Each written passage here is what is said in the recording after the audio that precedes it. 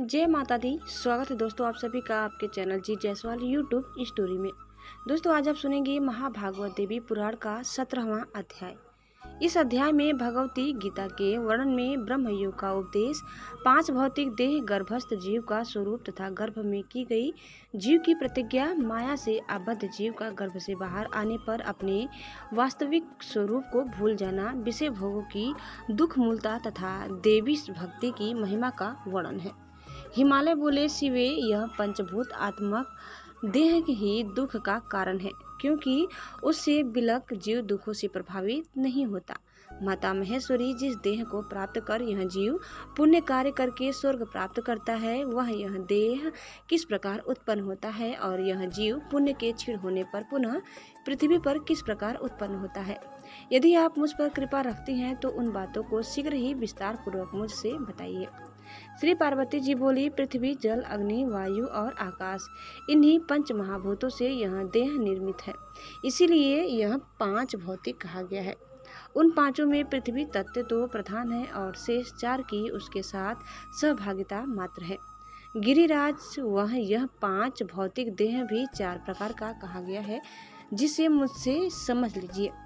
अंडज, स्वेदज, उद्वीज और जरायुज ये उसके भेद है। महाराज, उसमें पक्षी, सर्प आदि अंडज है, मशक यानी मच्छर आदि स्वेदज हैं, वृक्ष, झाड़ी आदि सुषुप्त चैतन्य वाले उद्वीज हैं और मनुष्य, पशु आदि जरायुज हैं।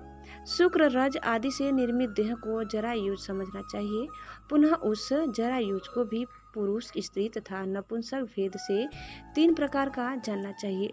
पर्वतराज, शुक्र की अधिकता से पुरुष, रज की अधिकता से स्त्री तथा उन दोनों की समानता से नपुंसक होते हैं। अपने कर्मों के वशीभूत जीव ओस कणों से संयुक्त होकर पृथ्वी तल पर गिरने पर धान्य के बीच पहुंचता है, वहां रहकर चिरकाल तक कर्म भोग करता है। पुनः जीवों के द्वारा उसका भोग किया जाता है। तदंतर पुरुष के देह में गुहेंद्रियों में प्रविष्ट होकर वहां वीर रूप हो जाता है। उसी कारण से वह जीव भी वीर में सन्निविष्ट हो जाता है। यहाँ पर सृष्टि परंपरा की निरंतरता की ओर संकेत है।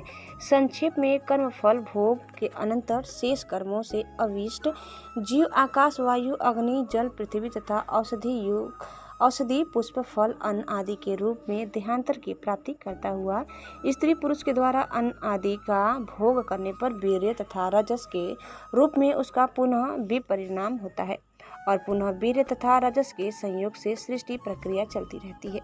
इस प्रकार अनुमांतर भूत अविधि सृष्टि प्रक्रिया के प्रति जागरूक करने के लिए भगवती का उपदेश है। महामते, तत्पश्चात ऋतुकाल में स्त्री के साथ पुरुष का संयोग होने पर वीर्य के साथ साथ वह जीव भी माता के गर्भ में पहुंच जाता है। राजन, रजो धर्म के 4थे दिन से लेकर 16वें दिन तक ऋतुकाल कहा गया है। पर्वत श्रेष्ठ, विषम दिन में समागम करने से स्त्री और सम दिन में समागम करने से पुरुष की उत्पत्ति होती है। पिताजी, ऋतु स्नान की हुई कारमात स्त्री जिसके मुख का दर्शन करती है, उसी की मुखाकृति की संतान जन्म लेती है। अतः स्त्री को उस समय अपने पति का मुख देखना चाहिए। महामते, वह वीर स्त्री के योनि स्थित रज से मिलकर एक दिन में कलल बन जाता है। वही कलल अत्यंत सूक्ष्म झिल्ली से पूर्णतया आवृत होकर 5 दिनों में बुलबुले के आकार का हो जाता है। अत्यंत सूक्ष्म आकार की जो चमड़े की झिल्ली होती है उसे जरायु कहा जाता है, क्योंकि उसमें वीर्य तथा रस का योग होता है और उसी से गर्भ उत्पन्न होता है, इसीलिए उसे जरायुज कहा गया है। तत्पश्चात 7 रातों में वह मांसपेशियों से युक्त हो जाता है और फिर एक पक्ष में वह जो पेशी होती है उसमें रक्त प्रवाह होने लगता है। तत्पश्चात 25 रातों में देह के अवयव अंकुरित होने लगते हैं। महामते, 1 महीने में क्रम से स्कंध, गर्दन, सिर, पीठ और पेट, ये 5 प्रकार के अंग निर्मित हो जाते हैं। दूसरे महीने में हाथ और पैर हो जाते हैं तथा तीसरे महीने में अंगों की सभी अस्थियां उत्पन्न हो जाती है। पुनः चौथे महीने में उसके भीतर जीव की अभिव्यक्ति हो जाती है। तब माता के उदर में स्थित गर्भ चलने भी लग जाता है। 5वें महीने में नेत्र, कान और नाक का निर्माण होता है एवं उसी महीने में मुख, कमर, गुदा, शिश्न, लिंग आदि गुहा अंग और कानों में दोनों छिद्र भी बन जाते हैं। उसी तरह छठे महीने में मनुष्यों की नाभि बन जाती है और 7वें महीने में केश, रोम आदि उग्र आते हैं। 8वें महीने में गर्भ में सभी अवयव स्पष्ट रूप से अलग अलग बन जाते हैं। इस प्रकार पिताजी जन्म के पश्चात उगने वाले दाढ़ी, मूछ और दांत आदि को छोड़कर सभी अंग क्रम से निर्मित हो जाते हैं। 9वें महीने में जीव में पूर्ण रूप से चेतना शक्ति आ जाती है। वह उदर में स्थित रहकर माता के द्वारा ग्रहण किए गए भोजन के अनुसार वृद्धि को प्राप्त होता रहता है। वहाँ पर अपने जन्मांतर के कर्मों के अनुसार घोर यातना प्राप्त करके वह जीव खिन्न हो उठता है और पूर्व जन्म में अपने शरीर से किए गए कर्मों को याद कर अत्यंत दुखी हो जाता है। माता के गर्भ में इस प्रकार का कष्ट प्राप्त करके भी जीव बार बार पृथ्वी पर जन्म लेता रहता है।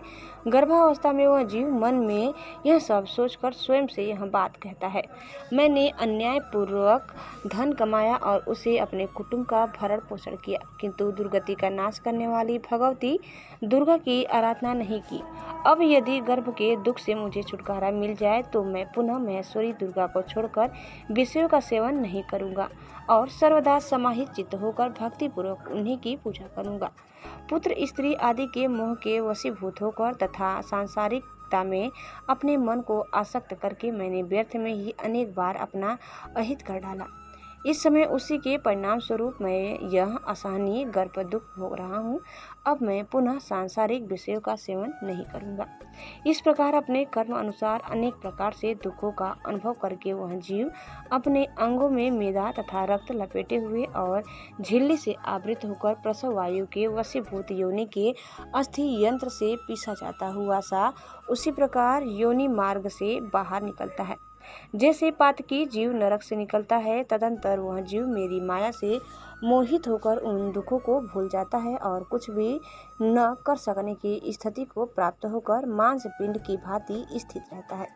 जब तक कफ आदि से उसकी सुषुम्ना नाड़ी अवरुद्ध रहती है, तब तक वह स्पष्ट वाणी बोलने में तथा चल फिर सकने में समर्थ नहीं होता है और दैव योग से जब वह कुत्ते, बिल्ली आदि दाढ़ युक्त जंतुओं से पीड़ित होता है, तब स्वजनों द्वारा उसकी सम्यक रक्षा की जाती है।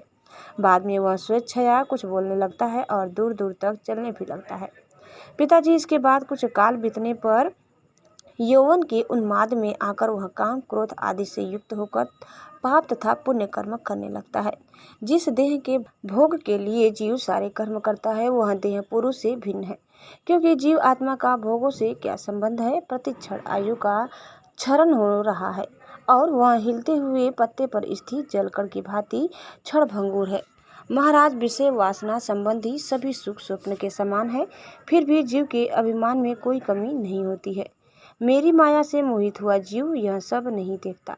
वह भोगों को शाश्वत समझकर केवल उन्हें ही देखता है और भूधर आयु के पूरा हो जाने पर काल जीव को अकस्मात उसी भांति ग्रस लेता है, जैसे सर्प अपने पास आए हुए मेढक को क्षण भर में ग्रस्त कर लेता है। महान कष्ट की बात है कि यह भी जन्म व्यर्थ बीत गया और इसी प्रकार दूसरा जन्म भी व्यर्थ ही चला जाता है। विषय भोगों का सेवन करने वालों का उद्धार होता ही नहीं, अतः आत्म तत्व का विचार करके वासनात्मक सुख का परित्याग कर शाश्वत ऐश्वर्य का तात्पर्य भौतिक ऐश्वर्य से नहीं है, कारण वे शाश्वत होते ही नहीं। षड् संपन्न परमात्मा प्रभु की प्राप्ति ही शाश्वत ऐश्वर्य की प्राप्ति है। की प्राप्ति की कामना करते हुए मेरी उपासना में तत्पर रहना चाहिए, तभी ब्रह्मा से स्थिर संबंध बनता है। अपनी आत्मा को देह आदि से पृथक निश्चित करके मिथ्या ज्ञान जनित देह आदि की ममता का त्याग कर देना चाहिए। पिताजी, यदि आप सांसारिक दुखों से छुटकारा चाहते हैं तो एकाग्रचित होकर भक्तिपूर्वक मुझ ब्रह्मा स्वरूपिणी भगवती की आराधना कीजिए। दोस्तों, इस प्रकार श्री महाभागवत महापुराण के अंतर्गत श्री भगवत गीता उपनिषद में ब्रह्मा विद्या योग शास्त्र के अंतर्गत पार्वती हिमालय संवाद में ब्रह्म योग उपदेश वर्णन नामक 17वां अध्याय पूर्ण हुआ। दोस्तों, आपको हमारी आज की कथा कैसी लगी कमेंट करके जरूर बताइए। आगे की कथा सुनने के लिए आप दूसरे वीडियो को अवश्य देखिए। तब तक धन्यवाद। ओम नमः शिवाय। हर हर महादेव। जय माता दी।